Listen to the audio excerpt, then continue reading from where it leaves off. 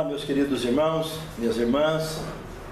É uma alegria muito grande, é uma enorme satisfação poder abrir a palavra de Deus e juntos podermos estudar. Esses primeiros 15 minutos de aula, entre 15 a 20 minutos, infelizmente eu perdi essa parte da gravação original. Vocês estão vendo que aqui atrás não tem o quadro.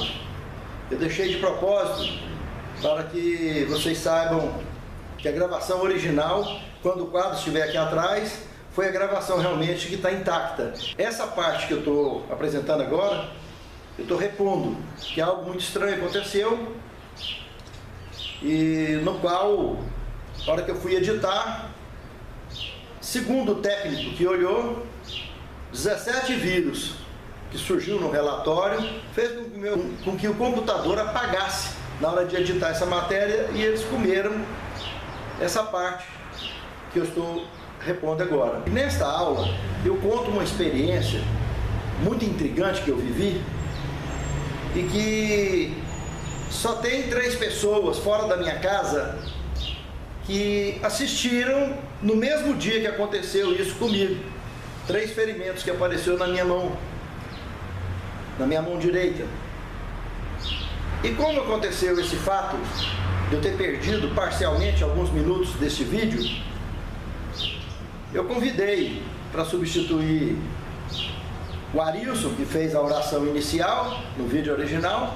Eu convidei uma dessas 3 testemunhas, que também é nosso irmão e meu amigo há muitos anos, para que ele venha fazer essa oração. Esse trecho da aula que nós perdemos, o Vado, eu vou convidar ele para fazer essa oração e darmos seguimento à aula. Vado, por favor.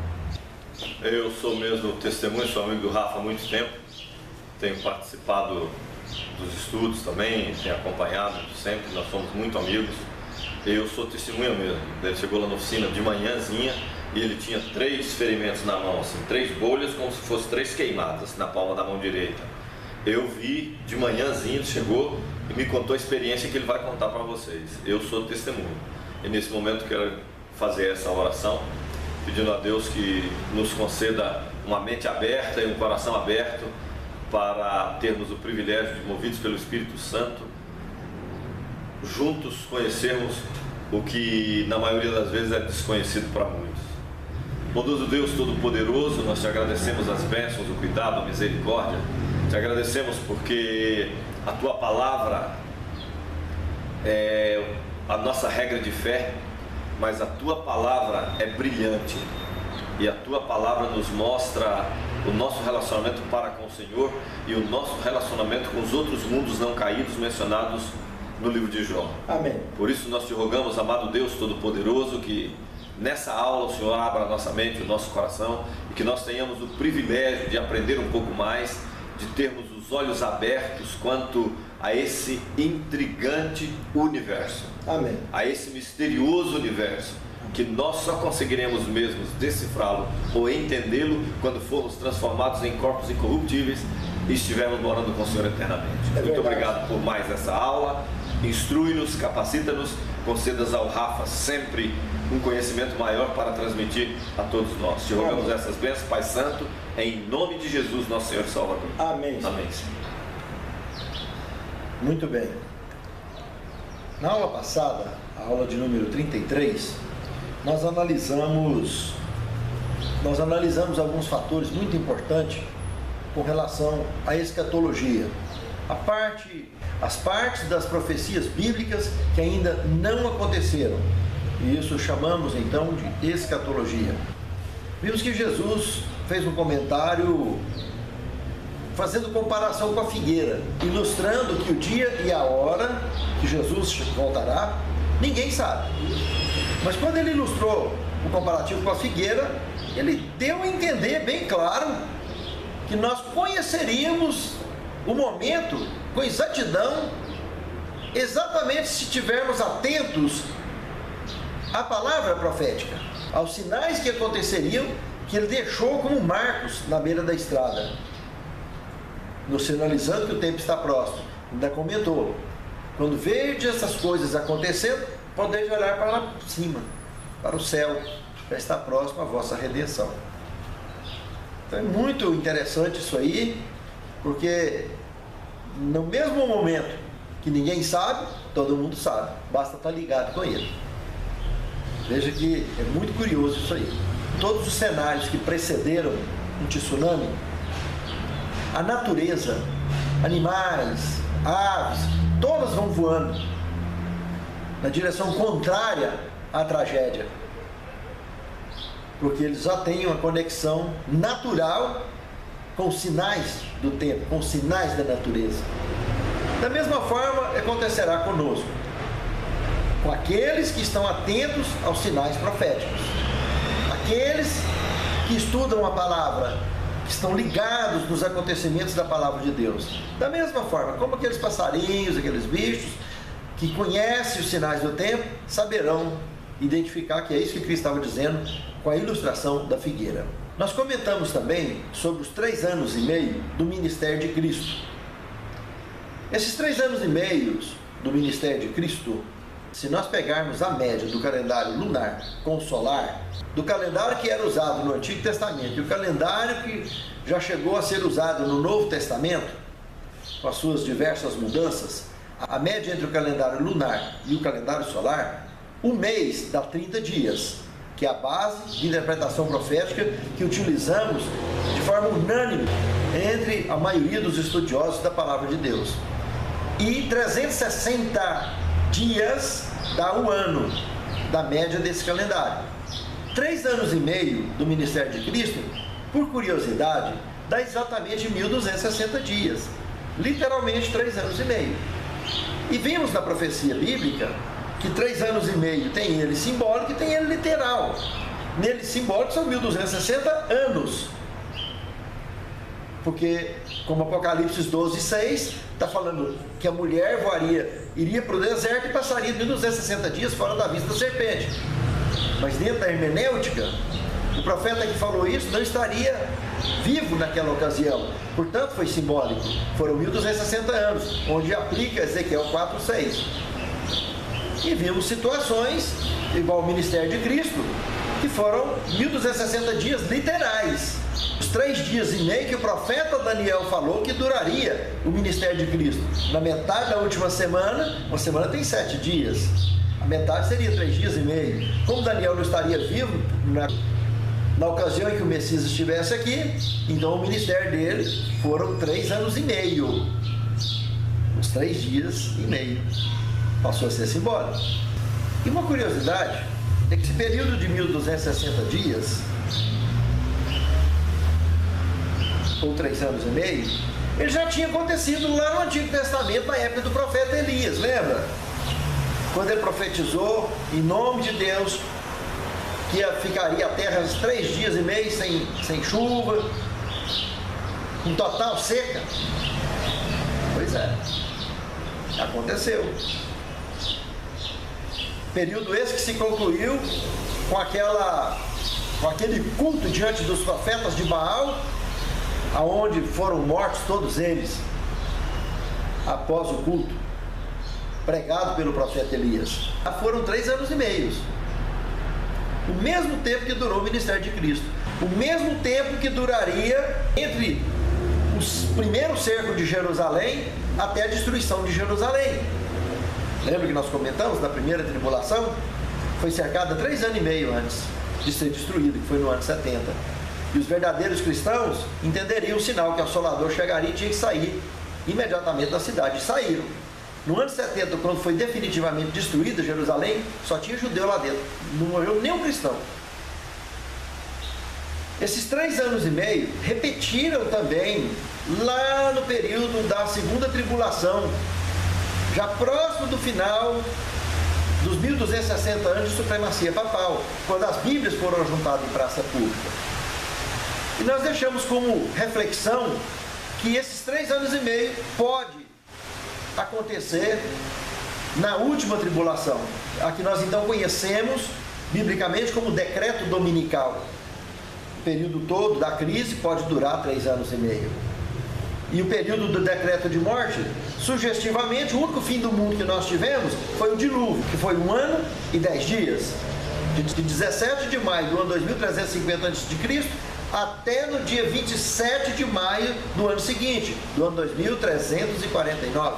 Veja que 1 ano e 10 dias se passou com o único fim do mundo que aconteceu. Foi o período que Noé passou dentro da arca. São apenas sugestões curiosas que a própria palavra de Deus deixa no ar, como brotos de figueira, para a gente ficar atento. Pode não ser? Pode, mas pode ser. Vai que dá. Ninguém quer marcar dia e nem a hora, mas apenas sinais para ficarmos atentos. Uma vez que aguardamos a vinda do Senhor, é muito interessante observar todos esses detalhes. Comentamos também que a chuva serôdia, ela precederá a angústia de Jacó. Em plena crise final, em plena perseguição, estará então acontecendo a chuva serôdia profetizada na Bíblia e a angústia de Jacó. E vemos, finalmente, que a primeira praga separará joio de trigo, que é o primeiro dia do milênio apocalíptico, conforme Apocalipse capítulo 18, verso 8. E no versículo 10 do Apocalipse 18, em uma só hora, o que, segundo a Pedro 3, de 8 a 12, falou que o planeta seria destruído, acontecerá em uma só hora. Apocalipse 18, verso 10. Conhecemos isso porque o milênio é literal. João estará ressuscitando no final desse dia, o grande e terrível dia do Senhor, para irmos ao encontro com o Senhor nos ares.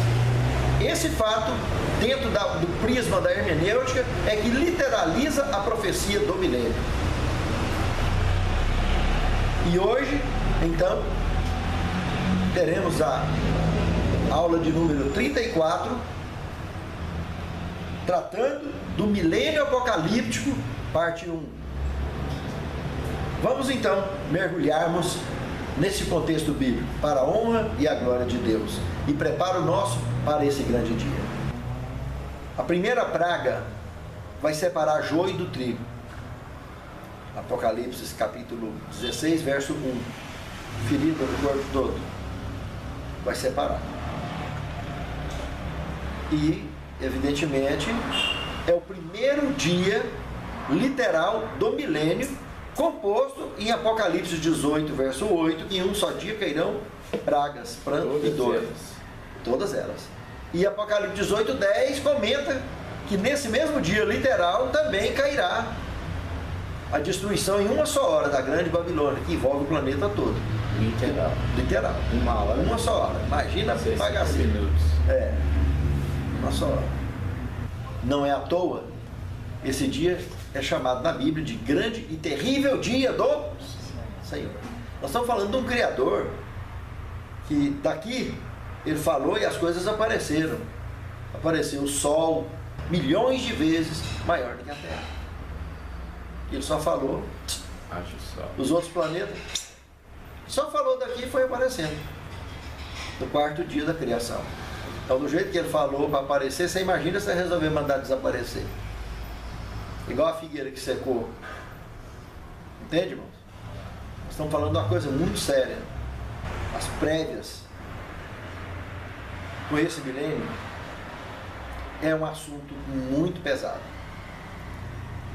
Eu gostaria de iniciar citando o Evangelho de João, capítulo 12, o verso 30 ao 33.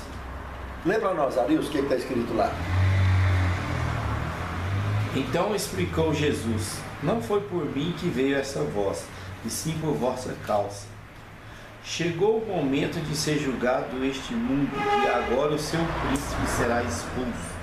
E eu, quando for levantado da terra, atrairei todos a mim mesmo. Isto dizia, significando de que gênero de morte estava para morrer. Esse assunto vocês estão bem lembrados como que aconteceu. Ele estava fazendo uma pregação, que os gregos chegaram e foi agregado ao grupo que estava assistindo a pregação dele. E durante essa pregação aparece a voz do Pai falando com ele, num idioma que ninguém entendia nesse mundo.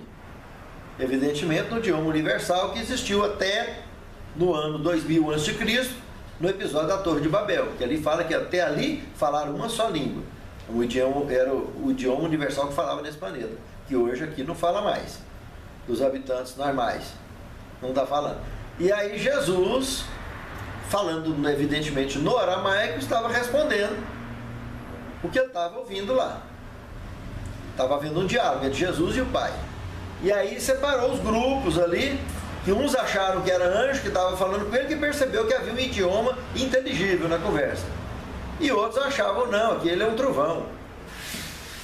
Então, e continua tendo gente assim. Tem uns que abrem a Bíblia, olha certas coisas dentro da Bíblia, acham que aquilo ali é um trovão. Outros acham que é um anjo que está falando. Outros acham que é um demônio que está falando. E assim vai. Tem gente que faz a Bíblia gato de sapato. Não foi com a Bíblia que o diabo tentou derrubar Jesus? Mas foi com a Bíblia que Jesus derrubou o diabo. E é com ela que a gente combate a mentira. Uma coisa que faz mal pra gente, sempre fez, é querer dar a nossa opinião em cima da Bíblia. Isso não tem valor nenhum. Nunca teve e jamais terá. Que a palavra escrita, ela deve combinar com a palavra viva, aquela que o Espírito Santo fala no nosso coração. Encaixou as duas, não dá opinião pessoal, mostra livro, capítulo, versículo. Aí a coisa vai dar certo. Muito bem. Mas nessa conversa que Jesus teve lá então, ele afirmou uma coisa aí, que aquela voz que veio não foi por causa dele, foi por causa da gente que estava, do pessoal que estava ali. Ele deixou bem claro isso. A voz não veio por causa dele, mas veio por causa do pessoal que estava ali ouvindo a palestra. E o teor principal da conversa que ele teve, que eles não entenderam o diálogo, porque aquele idioma não era reconhecido, é a notícia que o príncipe das trevas seria expulso desse mundo. Essa é a principal notícia.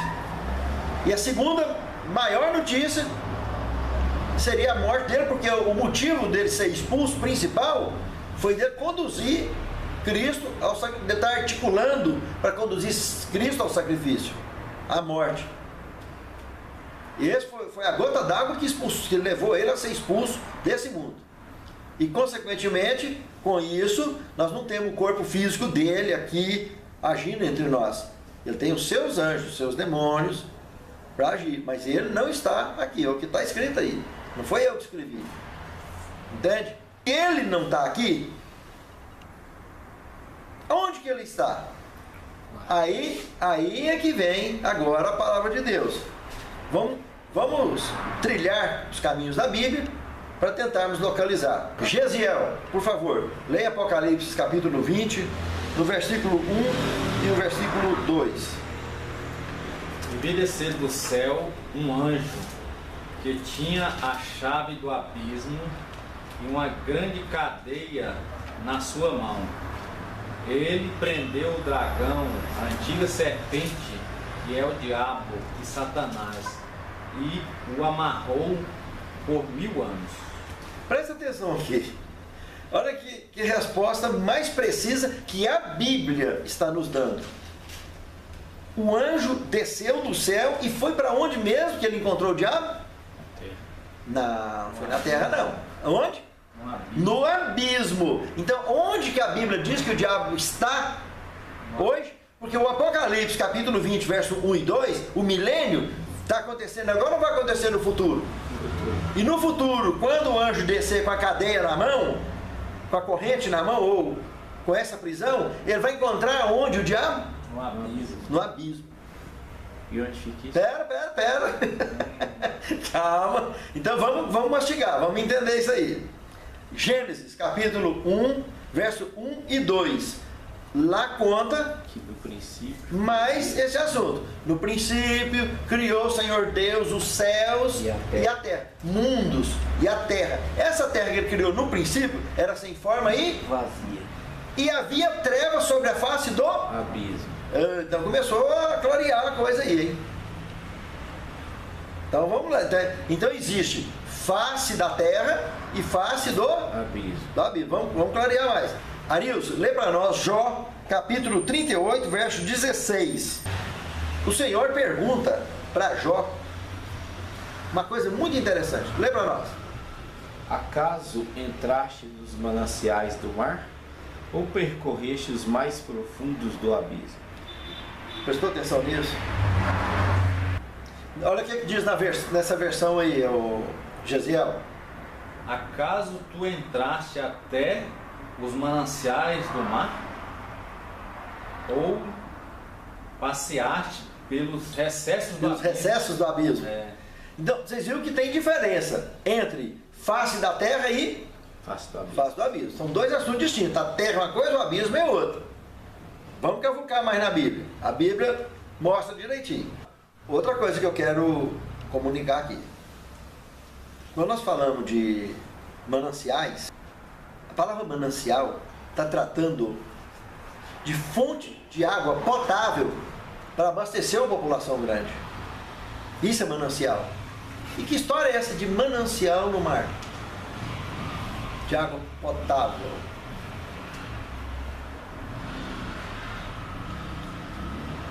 E quando nós falamos de recessos do abismo, que é o que o Gesiel leu, que o Arilson leu, olhando a definição gramatical para esse contexto que nós estamos usando, é um lugar afastado, um recanto, um retiro ou um lugar íntimo, resguardado. Então, com relação a abismo, é isso que está sendo dito. Com relação ao manancial, é isso que está sendo dito. E do que foi lido aí em Jó, tudo concilia para uma situação de habitação marítima e também lá no abismo. Agora, para ficar mais claro esse assunto, você observar o Apocalipse capítulo 12, verso 12, nós vamos perceber o seguinte: no desfecho daquela batalha que teve no céu, alegrai-vos vós, ó céus, que neles habitais. Quando teve aquela batalha armada lá no céu. Mas ai dos que habitam na terra e no mar. Você já visitou alguém no fundo do mar? Eu também não. Aí nós estamos falando ali de mananciais, lá em Jó. Olha só. 2.000 anos antes de Cristo, ele viveu. Quem escreveu? Moisés, 1.500 anos. A revelação está dizendo aí. De mananciais do abismo e também lá nos recessos. Mananciais do mar e lá nos recessos do abismo. Lugar reservado. O Apocalipse está dizendo que quando o anjo chegar, vai encontrar ele aonde? No lugar que ele foi expulso. Então ele está vivendo, segundo a Bíblia, aonde? Na face do abismo, lá no abismo. Que na face da terra ele não está, que foi expulso, Jesus confirmou isso. Filipenses 2,10 dá uma matada nisso aqui. Filipenses 2,10 diz: ao nome de Jesus, dobrem os joelhos de todos aqueles que habitam em cima da terra, debaixo da terra. Então tem habitantes debaixo da terra. Não tem como a gente fugir disso. E um detalhe, você está falando que vai dobrar joelho e render honra. É racional. Nós estamos falando de gente boa. De mortal, gente boa. Então tem gente boa que habita debaixo da terra, que não frequenta normalmente o contato com quem vive na face da terra. Então, pessoas que vivem na face do abismo, pessoas que vivem também lá no fundo do mar, segundo o contexto bíblico. Eu vou pedir o Gesiel para ler Apocalipse também, no capítulo 5, verso 13, que faz um comentário também bastante lógico sobre isso. Ouvi também a toda criatura que está no céu e na terra e debaixo da terra e no mar, e a todas as coisas que neles há, dizerem ao que está assentado sobre o trono e ao Cordeiro seja o louvor e a honra e a glória e o domínio pelos séculos dos séculos. Isso aí pegou Filipenses 2,10, pegou Apocalipse 12,12 E uniu tudo. juntou tudo numa conversa só. E não foi eu que escrevi, tá aí. Mas a tradição não deixa eles entender. Não preocupa com isso não. Então, o assunto é muito duro, mas está aí. E nós estamos procurando alinhar isso, porque as 7 pragas que nós estamos entrando hoje, nesse assunto, é o primeiro dia do milênio, elas serão universais. Uma boa parte delas vai atingir todo mundo. Em cima da terra, debaixo da terra e lá no mar. Porque o mar vai virar sangue. As águas doces vão virar sangue. A terra vai tremer. Então, entende? E se tem gente boa lá e tem gente boa aqui, então tem gente boa esperando Jesus voltar para ser redimido. Porque o pecado não começou na terra, não adianta querer brigar com esse assunto. A própria Bíblia e o Espírito de Profecia é muito claro sobre isso, começou lá no céu. Muito antes do homem ter sido criado aqui na terra. Então, evidentemente que o plano da redenção não foi só para quem vive aqui na terra, é para todos que caíram. Tem gente que está perdido, tem registro bíblico. Satanás é um, outros, vários outros, só que nós não podemos fechar a mente e tentar entender as coisas do jeito que a gente quer. Tem que abrir para entender como está escrito. O pecado trouxe prejuízo para várias partes do universo. Na primeira aula do Escatologia, versão 4, nós vimos que Deus, na criação, Ele tem diversas galáxias. E eu me lembro bem de ter citado, além da Via Láctea, citei a Andrômeda, que é muito maior e muito mais antiga do que a Via Láctea. Então, se nós estamos falando de uma galáxia que nós não conhecemos nada da galáxia que nós vivemos, que está cheio de problema, imagina a Andrômeda. Entende, irmãos? O assunto, quando nós tratamos da Bíblia Sagrada, tem assunto que é muito profundo e que não custa nada a gente cavar mais fundo, porque Jesus falou que muitas pessoas vão ranger o dente nesse grande dia. E se a gente pode enfrentar sem bater queixo, é melhor, porque nós já temos a fé, nós temos a palavra de Deus para nos ajudar a nos preparar melhor para esse grande e terrível dia do Senhor. E é pela fé que todos enfrentaram toda a vida, todas as crises da humanidade, do planeta Terra. E é pela fé que a gente vai continuar enfrentando e se preparando para esse grande dia, que é muito importante. Com esses textos bíblicos que nós vimos agora, Filipenses 2:10, Apocalipse 12:12, Apocalipse 5, verso 13, fica bastante claro que existe vida em várias partes do universo, e mortais que vivem aqui nessa galáxia, na Via Láctea, e aqui na Terra, especialmente debaixo da terra, debaixo do mar, e em cima da terra, como nós. Agora, é evidente que há diferença de tecnologia, eles vivem numa dimensão lá embaixo, a gente está noutra dimensão aqui em cima, lugar, espaço, altura, largura, comprimento, velocidade. Cada um tem o seu avanço tecnológico, e é por isso mesmo que a gente não mistura para um não interferir na história do outro. Mas Jesus vai passar a regra, o plano da redenção vai abraçar tudo. E vai para um ponto final nessa história toda. Como nós vimos aí na Bíblia Sagrada, eu estudo essa matéria há muitos anos e prego há muitos anos essa matéria. A ufologia bíblica. Eu não trabalho com ufologia mundana, comum. Porque, infelizmente, por não se embasarem na Bíblia, acaba cometendo muita falha e dando margem para interpretações altamente especulativas. Eu trabalho com ufologia bíblica e procuro filtrar o máximo que se possa na Bíblia Sagrada todas as pesquisas e assuntos relacionados do gênero. Mas na ufologia, os estudos ufológicos, baseados em relatórios, em testemunhos e mesmo em pesquisas propriamente ditas, ocorridas na história da humanidade e outras até vividas, dá-se conta de que existem na nossa galáxia, e mesmo debaixo da terra e debaixo do mar, raças de seres humanos e outras raças não humanas, mas também de inteligência. E que não, como nós estamos vendo na Bíblia aí, e todos os seres que tem debaixo da terra, debaixo do mar, então tudo que tem inteligência tem o contato de Deus. Porque Jesus, quando ele falou para o mar parar, o mar parou. Quando o anjo mandou a jumenta falar para Balaão, ele deu aula de matemática para ele. Então o negócio é complicado, não adianta querer implicar com o rei, porque o assunto é sério. Não adianta ficar olhando para esse mundinho como se fosse ele o bambambam. Sim, Um assunto é comum entre nós e o universo todo, o pecado. É um assunto que afetou várias partes do universo. Teve batalha no céu, como nós já vimos, e isso não é brincadeira, é batalha mesmo. E o assunto é pesado. Tem gente que passa mal, não gosta, mas o assunto é sério. É pesado, é sério e é importante. Não é ponto de salvação, mas dá um preparo muito gostoso para poder trabalhar com a palavra de Deus, para ensinar a palavra de Deus e principalmente para se preparar para esse grande e terrível dia do Senhor. Lá em Apocalipse capítulo 12, versos 7 ao 12, nós vimos que aquela batalha foi no céu, está escrito aí, e foi despachado de lá esses rebeldes e foi lançado aqui no planeta Terra.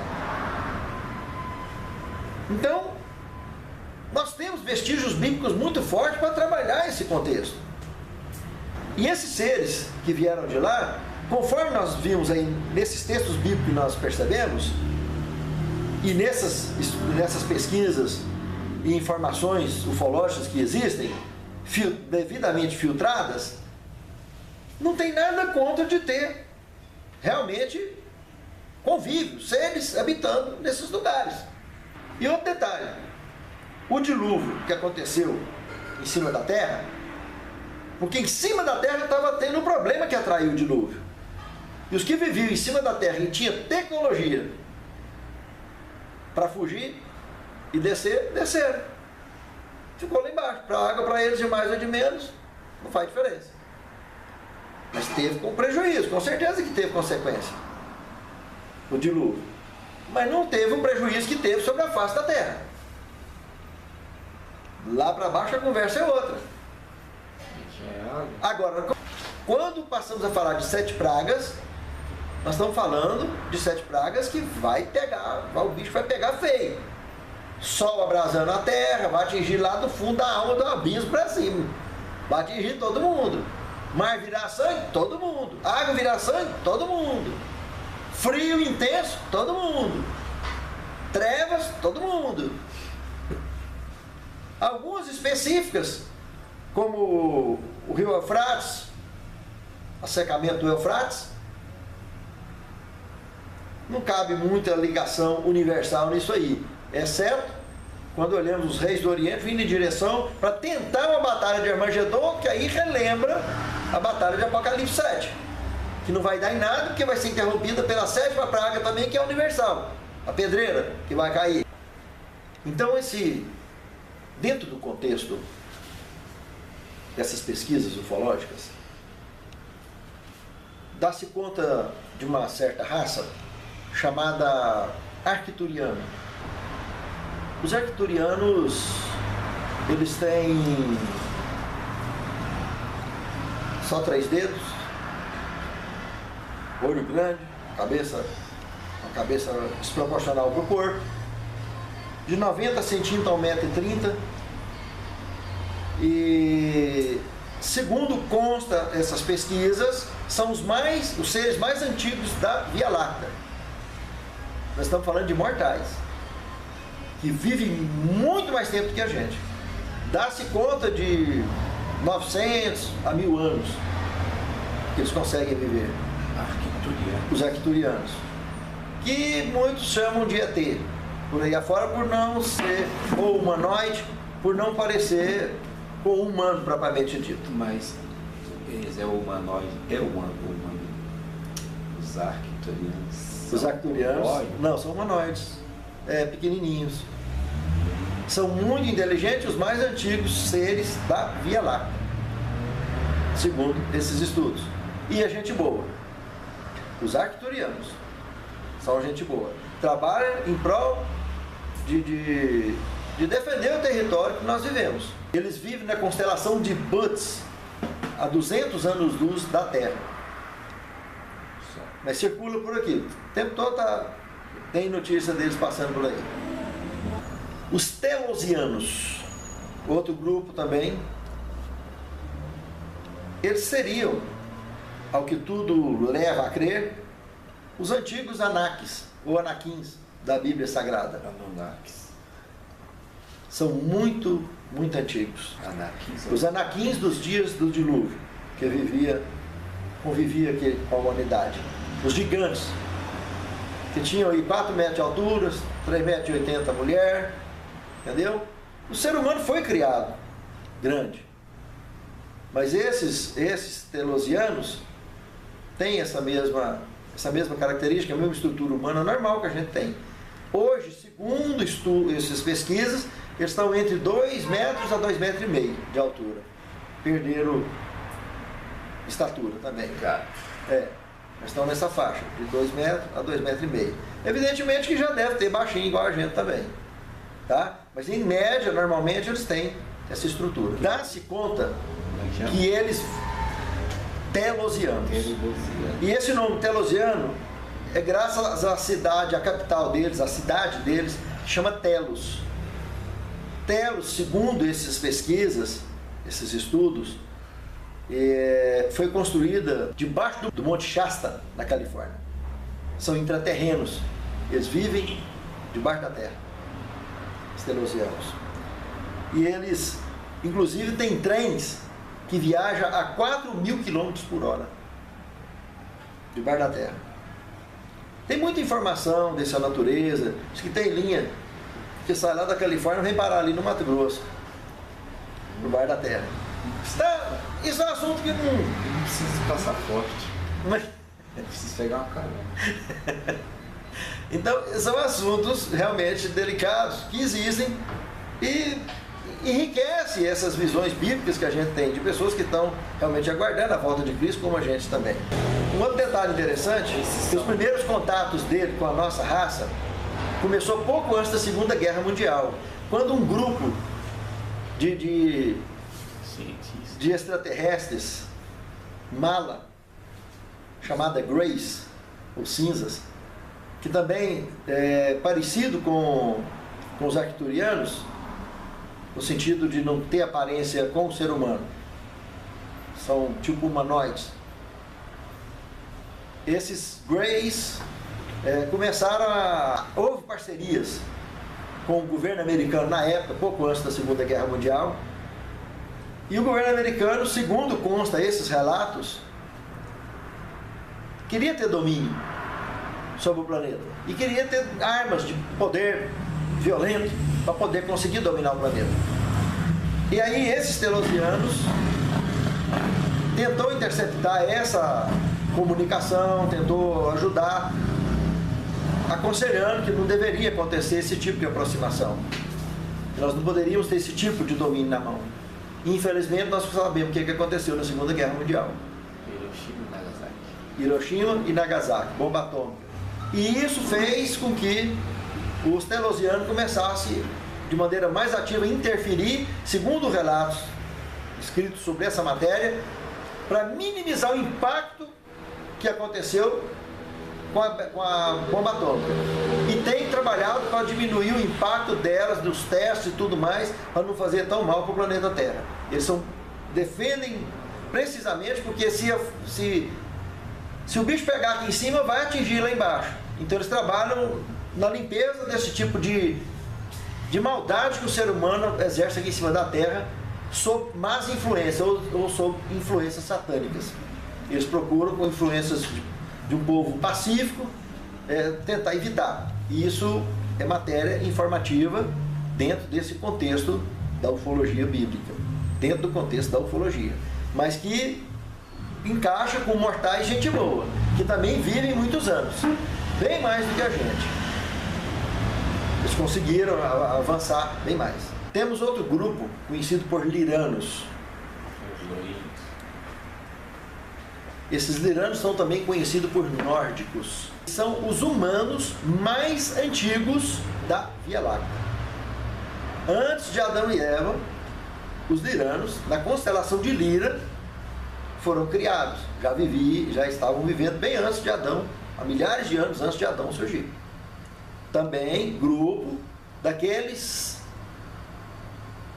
que vivem por aqui, são mortais também, mas com tecnologia e conhecimento bem mais avançado do que a gente. São loiros, dos olhos azuis, e da nossa altura, normalmente, no máximo 2 metros, 2 metros e pouco, como a gente mesmo. São muito antigos também. E vivem nas Pleiades lá, constelação de Lira é nas Pleiades. No caso, a questão deles ter pecado foi porque o diabo implantou ideia lá e eles concordaram e caíram. Quando nós vimos a batalha no céu em Apocalipse, nós estamos falando que o diabo e os seus anjos, assim o profeta João entendeu e colocou, mas são seres do universo que rebelaram. E Miguel e os seres da luz, que não aceitaram a subversão contra o governo de Deus, batalharam e expulsou de lá eles. Mas o principal foco dos rebeldes foi aonde? Terra. Só que daqui, nós sabemos de um dilúvio, eles saíram de cima, desceram. Outros problemas, a tecnologia foi avançando, eles estavam muito mais velhos do que aqui. Então começaram a procurar, como um ser humano, lá no fundo, na Lua. Não estão tentando ir em Marte? Eles já vêm há anos e anos, muito antes de Adão. Muito antes de Adão cair, ele já estava sofrendo problema, prejuízo com o pecado. Aquele asteroide que bateu lá no México foi antes de Adão cair, há 65 milhões de anos, que a gente chama de Era dos Dinossauros. Então, alguém, ou muitos seres da luz, como Adão, antes de cair, eles e outros mais, trabalharam para que aquilo não atingisse, não destruísse a Terra. Mas não conseguiram evitar que atingisse ali o México e abriu a cratera. Mais de 200 quilômetros de diâmetro. Conhecido então como Era dos Dinossauros, e veio a Era das Glaciações e assim por diante. Esses liranos possuem arcas enormes, gigantescas, que fazem viagens intergalácticas. Nós temos também os Alfa Centauros, que tem a nossa estatura, mas ao invés de 5 dedos tem 4, e tem membranas entre os dedos, tem guelras, vivem no fundo do mar, dentro dos lagos, de água doce, lagos profundos de água doce. Eles têm máquinas conhecidas como OSNIs, objeto subaquático não identificado. Aí nós temos base na Bíblia para isso, Leviatã, Jó capítulo 41, fala de um objeto não identificado, que viaja no mar, que viaja na água doce, que viaja no céu, o Leviatã, leia lá. Ou assista às aulas que trabalham com esse assunto, na escatologia, na ufologia bíblica. É muito importante ficar atento a tudo isso que encaixa com as escrituras sagradas. Tem um testemunho de um indivíduo chamado Billy Mayer, que foi um almirante da Marinha Americana. Esse indivíduo, antes de morrer, ele deixou o diário dele, um monte de testemunho, de contatos que ele teve com esses seres. Por ele não ter um conhecimento bíblico profundo, ele deu muita opinião dele, que dá margem para a especulação desses assuntos, como acontece em tudo quanto é matéria da Bíblia Sagrada e de qualquer outro assunto que se haja nesse mundo. Mas um dos depoimentos que ele deu me marcou muito. Uma mulher pleidiana, de nome Senjazi, teve um diálogo longo com ele, onde ele perguntou para essa mulher se os pleidianos eram anjos, eram guardiões da terra, igual muitos imaginam.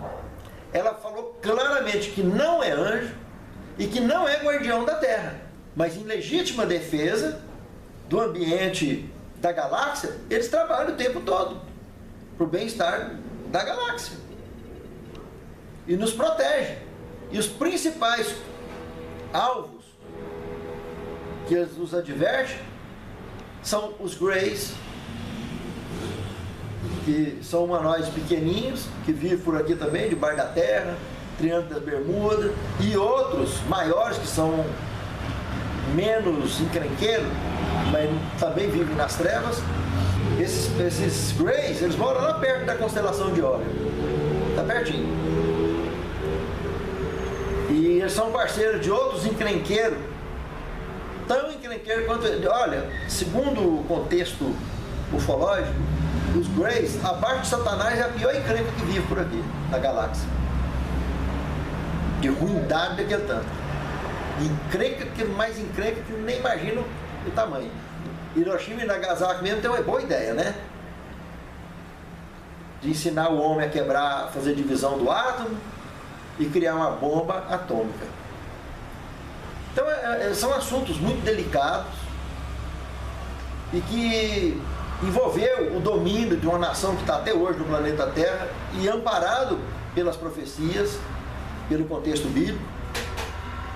E o encaixe desse quebra-cabeça envolve muita coisa, explica muita coisa. Mas ele está no abismo, está preso.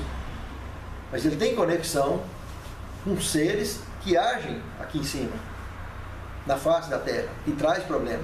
E as 7 pragas vai pegar todo mundo, não é à toa. Todos os seres que pecou no universo, que sobrevivem até hoje, vão sofrer as consequências das 7 pragas. Ferida, onde tiver gente que está envolvido com encrenca, vai tomar ferida dos pés à cabeça. E quem estiver aqui no planeta nem se fala. E acredito piamente, se tem mar, se tem água em outros planetas, vai acontecer a mesma coisa. Vai pegar todo mundo.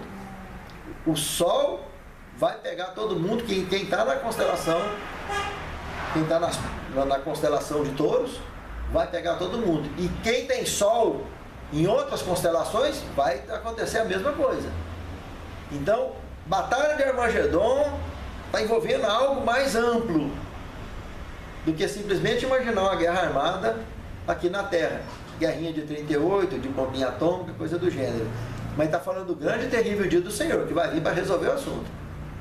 E ímpio vai morrer. Todo que é mortal, que é ímpio, vai morrer. E vai passar 1000 anos morto. E Satanás será preso para não ter acesso a mais um reino algum durante 1000 anos. Entende? Isso é um assunto gravíssimo. Agora, no final do milênio, quando ele ressuscitar, Apocalipse capítulo 20, verso 3, final do verso, fala que ele vai ficar preso um pouco. Depois, importa que ele seja solto por um pouco de tempo. E o verso 7 e 8 mostra que ele volta a enganar as nações. Para ele voltar a enganar as nações, é porque os ímpios de tudo quanto é canto foi ressuscitado, e esse pouco de tempo, seja ele esses 3 anos e meio que nós falamos, acontecerá a reconstrução do planeta nos moldes satânicos e de infraestrutura que nós não conhecemos aqui, tipo pirâmides, coisas do gênero. Aí a Cidade Santa vai descer depois desse período e passar régua em tudo, mas é um assunto gravíssimo. Antes de mergulharmos nas 7 pragas propriamente dito, eu vou revelar uma experiência que eu vivi há alguns anos atrás, no dia 2 para 3 de março do ano 2003, de um domingo para segunda-feira. Aconteceu um negócio muito interessante comigo. Eu morava aqui nessa casa, estava dormindo, era época de chuva, e eu tive um sonho muito curioso. Eu sonhei que eu estava ali próximo à Santa Casa de Misericórdia, andando a pé, debaixo da chuva. E a chuva não estava me molhando. Estava molhando todo mundo e não estava me molhando. Eu estava vendo as pessoas e as pessoas não estavam me vendo. Eu estava indo encontrar com uma pessoa que veio no sentido do Jardim América para Campinas encontrar comigo. De frente àquele posto de gasolina que tem lá na frente, eu já tinha atravessado a ponte, eu encontrei com ele. Um indivíduo que bate com os moldes dos telosianos. Na época eu não conhecia essa classificação. Conhecia o assunto, pregava sobre o assunto, mas não conhecia essa classificação de extraterrestres, que hoje, fundamentado em estudos, eu tenho. Mas alguém que bate com essas características, com essas pinturas feitas de pessoas que já teve contato e pintou, então bate. Veio conversar comigo. E quando eu encontrei com ele, qual era o foco que estava acontecendo na minha vida, naquele momento? O meu pai tinha sido diagnosticado com um câncer raro, muito bravo. E eu tinha orado muito naquela noite para Deus intervir, porque na segunda-feira, no dia 3, na segunda-feira, logo de manhã meu pai seria operado. E aí então eu estava passando por esse sonho. E eu queria saber os detalhes sobre esse assunto com esse indivíduo. E eu sabia, segundo o contexto do sonho, que eu tinha mais alguém vindo encontrar comigo. Na hora que eu vi ele, eu cumprimentei, ele me cumprimentou, me chamou pelo nome, como se eu já o conhecesse antes. E eu falei, cadê o pessoal? Aí ele me mostrou. Por cima da minha casa tinha um disco voador enorme, prancheando desse jeito aqui, e fazendo um barulho, parecido barulho de trombeta. Vrrr, vrrr, na hora que ele movimentava. Ele tem mais engraçado. E ninguém estava ouvindo aquele barulho, ninguém estava vendo ele, mas gigantesco, uma coisa enorme. E vindo para cima de uma clareira, de umas árvores que tem ali, justamente abaixo dessa rua, voltando para trás, quase uma meia quadra da onde eu encontrei com esse moço. Eu falei, ah tá, então já estão vindo. E eu venho descendo, de volta para ir lá para onde essa nave estava estacionando. Passando debaixo de uma cerca de arame que tinha ali, não sei se ainda tem, até há poucos dias tinha. A clareira já cortaram boa parte das árvores que tinha ali, e tinha uma clareira no meio dessas árvores. Passando por lá, e chuva caindo e nada de molhar a gente. Quando eu chego lá, debaixo, ele soltou debaixo, ele ficou assim mais ou menos uns 10 metros de altura, e soltou um tubo de alumínio para o chão. E abriu uma porta. Ela abriu da esquerda para a direita. Abriu. E sai uma pessoa lá de dentro, forte, de aproximadamente 1,90 m, mas bem... um corpo parecido um estilo Hércules, assim, bem... ombro bem largo, um baço bem musculoso, loiro, dos olhos azuis, cabelo longo. Ele estava com a camisa comprida, com a manga dobrada para trás, assim, virada uma vez só. A camisa era listrada de bege escuro e bege claro. Camisa para fora da calça e uma calça bege clarinho. E estava com uma bota branca. Normal. E eu cheguei, cumprimentei ele. E o pessoal, tá lá? Eu, tá lá dentro, pode subir lá. Ele só falou assim. Aí aquele que veio comigo conversando, no caminho que eu vinha conversando com ele, eu perguntei justamente sobre essa questão do câncer. Escuta, mas e esse negócio desse câncer fazendo desse jeito com a humanidade? Ele falou, não, nós já controlamos essa situação. Para nós isso não tem problema nenhum mais. O câncer não nos afeta mais. Ou então por que vocês não resolvem o problema da humanidade? Não, nós não podemos interferir nesse assunto. Aí lá em cima eles vão te explicar melhor. Aí quando eu subi então, cumprimentei o moço ali e subi, que eu saio, sobe o chão é pisadinho, parecendo aqueles alumínio batido que tem nesses ônibus do transbordo, daquele jeitinho, um pisante derrapante, em forma de espiral. Eu subi até sair em cima. A hora que eu saí em cima, tinha um indivíduo sentado, um humanoide sentado, no canto esquerdo, na hora que eu entrei, que bate com as características desses arcturianos, de mais ou menos 1,30 m, 1,20 m de altura, 3 dedos só, e com um macacão inteiriço, branquinho, assim, bem poroso, o macacão, luva branca na mão, e o olho assim, grande,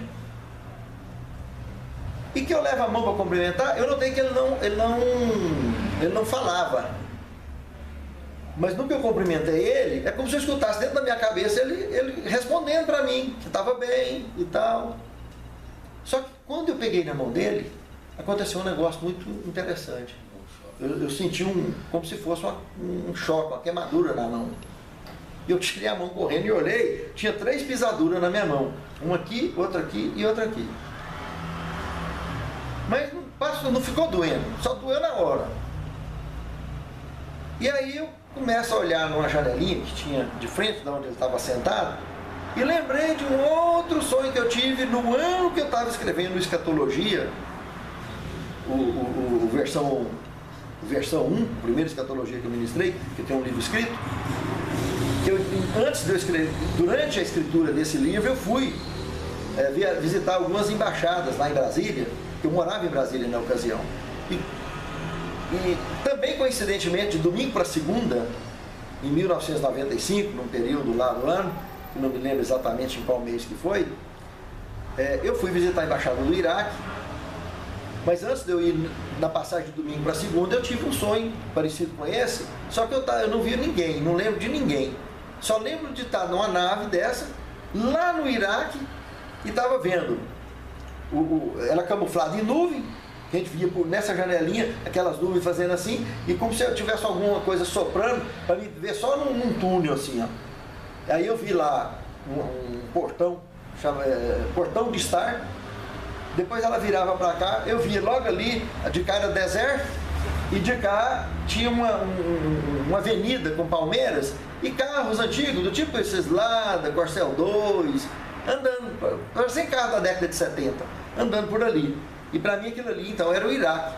Mas como eu nunca fui lá, não sei nem como é que é. No que eu vou visitar esse indivíduo, o cônsul iraquiano na ocasião me recebeu, perguntou muito, ficou preocupado, com medo da gente ser algum tipo de espião, etc. Quando ele viu que eu era uma pessoa comum, uma pessoa de bem e tal, aí ele se abriu, foi lá dentro, trouxe umas fotos e me deu algumas fotos de presente, que dentre elas me chocou duas. Uma do portão de estar, me chocou com o filme, me chocou imediatamente com o sonho que eu tive. E a outra, justamente da divisão ali dessa parte desértica, onde tem a avenida com esses carros, igualzinho eu tinha sonhado. Aquilo me marcou demais. Eu comentei com poucas pessoas sobre isso, muito poucas pessoas. E aí quando aconteceu isso aqui, olha, o outro foi em 1995, agora em 2003, que eu olho ali, eu lembrei que eu tive dentro daquela mesma máquina. Parece que tinha um propósito ali de eu sair de frente do cumprimento, de cumprimentar aquele indivíduo, ver aquilo ali, aí eu entrei na porta como que eu chamaria aquilo ali, da cabine do piloto, vamos dizer assim, que é um mundo velho de coisa, relógio, parecendo aqueles painel de avião assim, computador de tudo, painel de tudo quanto é jeito, as cadeiras branquinhas, assim, de segurança branquinho, parecendo aquele filme do Spock lá, da Jornada nas Estrelas, daquele tipo, coisa incrível, nunca vi, coisa impressionante.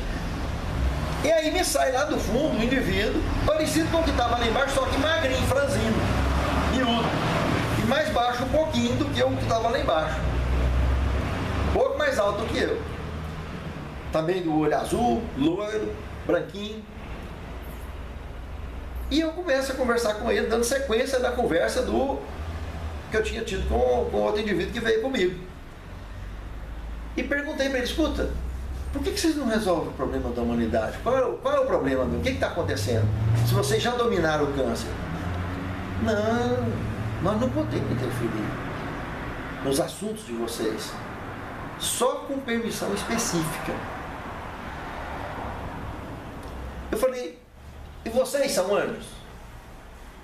Ele, não. Nós somos seres igual a vocês. Falei, vocês acreditam na volta de Cristo? Igual a vocês. Aguardamos Jesus voltar igualzinho a vocês. Mesma coisa. Quando Ele vier, vai redimir vocês e a gente. Mesma coisa. E acordei. Quando eu acordei, devia ser umas 6 horas da manhã, eu assustei com o barulho da chuva que estava caindo. E eu de imediato falei, mas eu estava debaixo dessa chuva toda? Não, mas eu estou sonhando. E eu sento na cama. Eu sento na cama, não estava sonhando. A hora que eu olho na minha mão, tá lá as 3 bolhas na minha mão. Então, eu não sei de nada. Eu só sei que as bolhas estavam lá. E teve algumas pessoas que ainda estão vivas, que eu mostrei isso. Testemunho vivo. Na época. E é um assunto delicado. Esses 2 loiros, para mim, que eles eram irmãos e são nórdicos. As características dele, dos 2. Eu contei isso para vocês, porque dentro do escatologia, eu contei uma outra experiência que aconteceu comigo, de uma luz que me passou aperto, que não era gente boa, porque me deu muito sufoco. Esses assuntos existem. Seres existem. Tem base bíblica para isso. E nós precisamos de prestar mais atenção. A Bíblia mostra o plano da redenção para redimir os seres criados por Deus. E é o que nós estamos procurando fazer. Viver para a honra e a glória de Deus. Na aula que vem, nós vamos mergulhar de ponta cabeça nas 7 pragas e dando sequência no milênio, parte 2. Hoje praticamente trabalhamos só com a prévia do milênio, mas na aula que vem vamos detalhar. Que Deus nos abençoe, que Deus nos guarde. Até a próxima aula, se Deus quiser. Santo Deus, muito obrigado pelas tuas bênçãos e o teu cuidado por nós. Perdoe, Senhor, os nossos pecados e as nossas faltas. Dai-nos a iluminação do teu Santo Espírito e a capacidade, Senhor, de compreender os seus propósitos para as nossas vidas, para que te sirvamos em espírito e em verdade, e possamos também auxiliar pela tua direção ao preparo de outras pessoas que vivem ao nosso redor. Santifica-nos na tua palavra, porque a tua palavra é a verdade. É o que te suplicamos agradecidos, em nome de Jesus. Amém.